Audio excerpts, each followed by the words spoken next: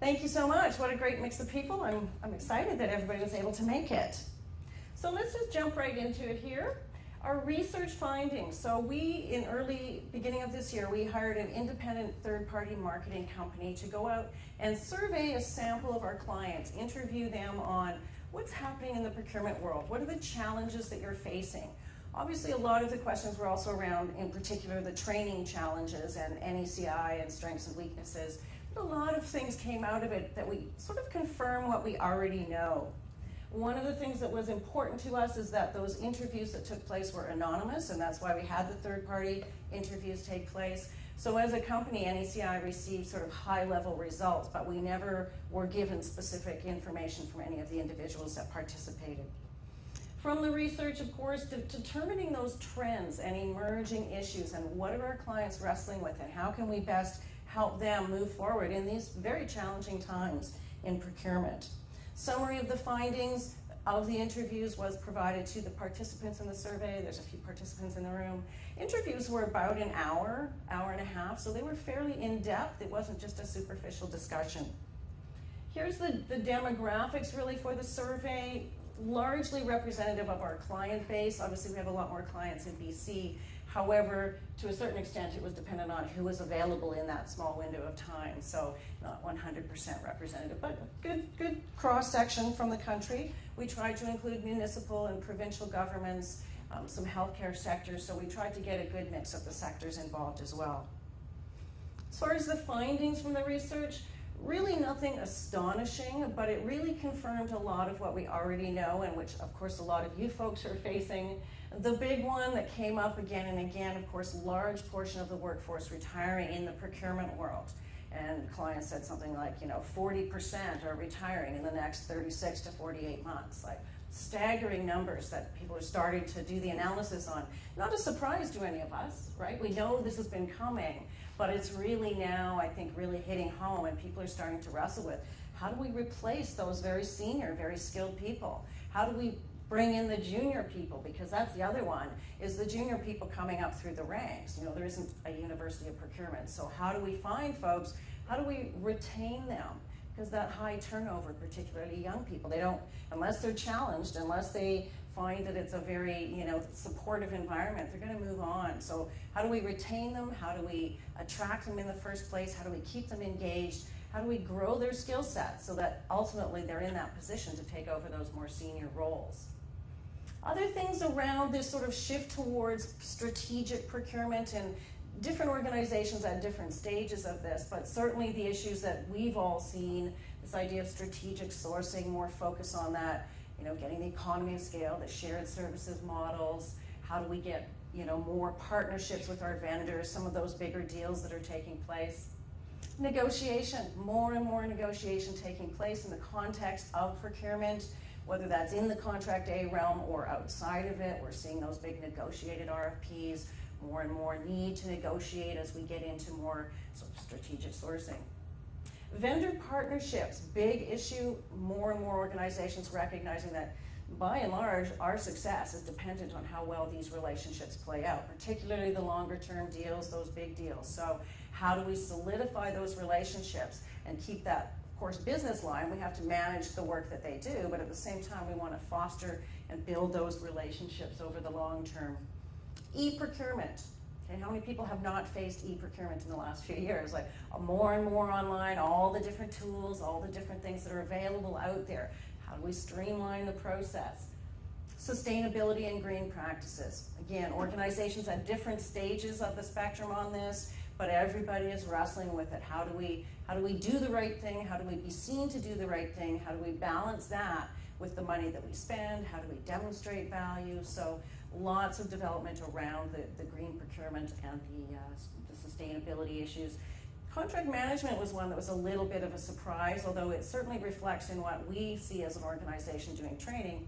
So the organizations now are pretty good on the front end, getting their documents together. It's still that management piece that's now coming to light, that the contract's great, we've got a good process, the contract goes in place and then it sits on the shelf. And of course, if you don't manage the relationship, all that hard work on the front end goes for naught. So organizations are struggling with how do we get good contract management practices in place? How do we get the contract managers to talk to the procurement folks? Because in some organizations they're quite disparate. So certainly understanding, managing those relationships, documenting performance, and then tracking the documentation into your next planning cycle for your process. So the contract management piece is really emerging as this is an area where really we're not as skilled as we should be. So it was a bit of a surprise on that one. Some of the specific challenges here, certainly around the education piece, lack of education and awareness of these contract management guidelines. We don't have principles in place. We don't have solid practices for people to follow. Lack of understanding around the responsibilities. All of these different players, the staff, the clients, the vendors, the executives, public officials, all have slightly different roles to play in the procurement arena. So it's not a one-size-fits-all kind of education. We need different tools for different roles within the procurement function. So struggling with how do we educate those executives on what they need to know without going too far down in the weeds. How do we get the procurement practitioners with the skills to manage the vendors? How do we educate our vendors when we're changing practices? We're doing something different now. We're going in a different direction. So there's all these different areas to think about when we're wrestling with education. And of course, the public perception. Not new by any means. Public sector is in a fishbowl. They've always been in a fishbowl.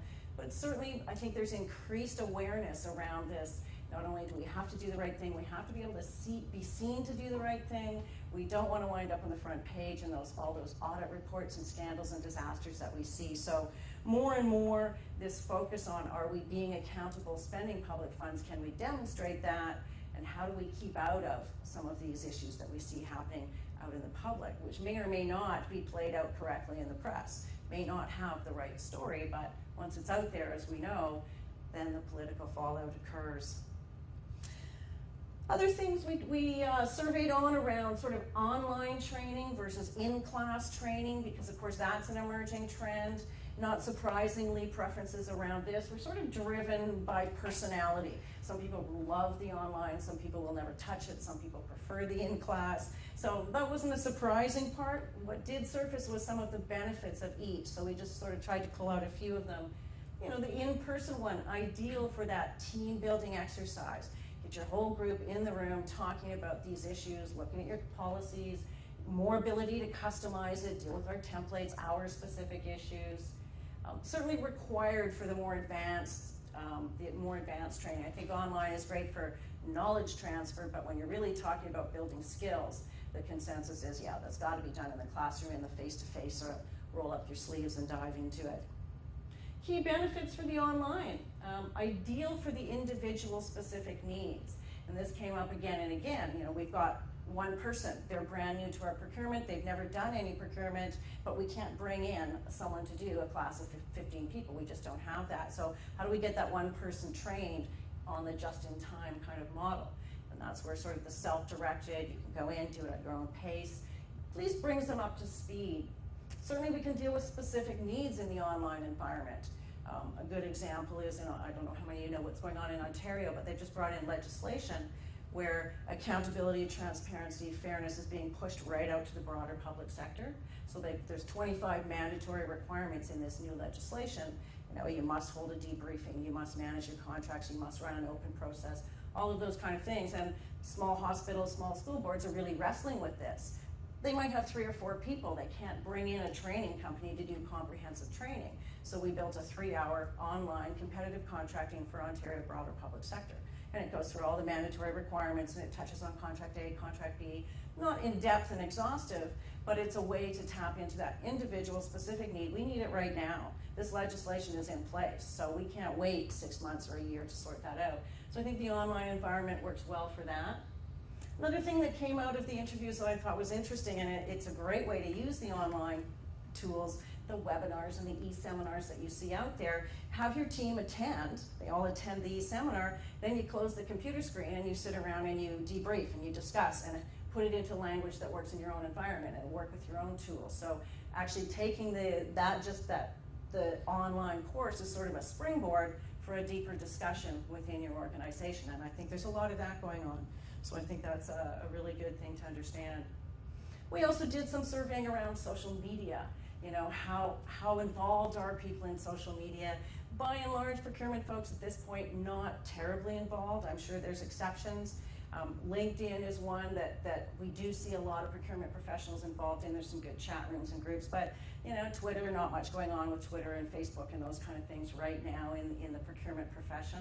I think that will change, but we just wanted to get a sense of how do we dive into this? Do we hold back? Where should we focus our efforts?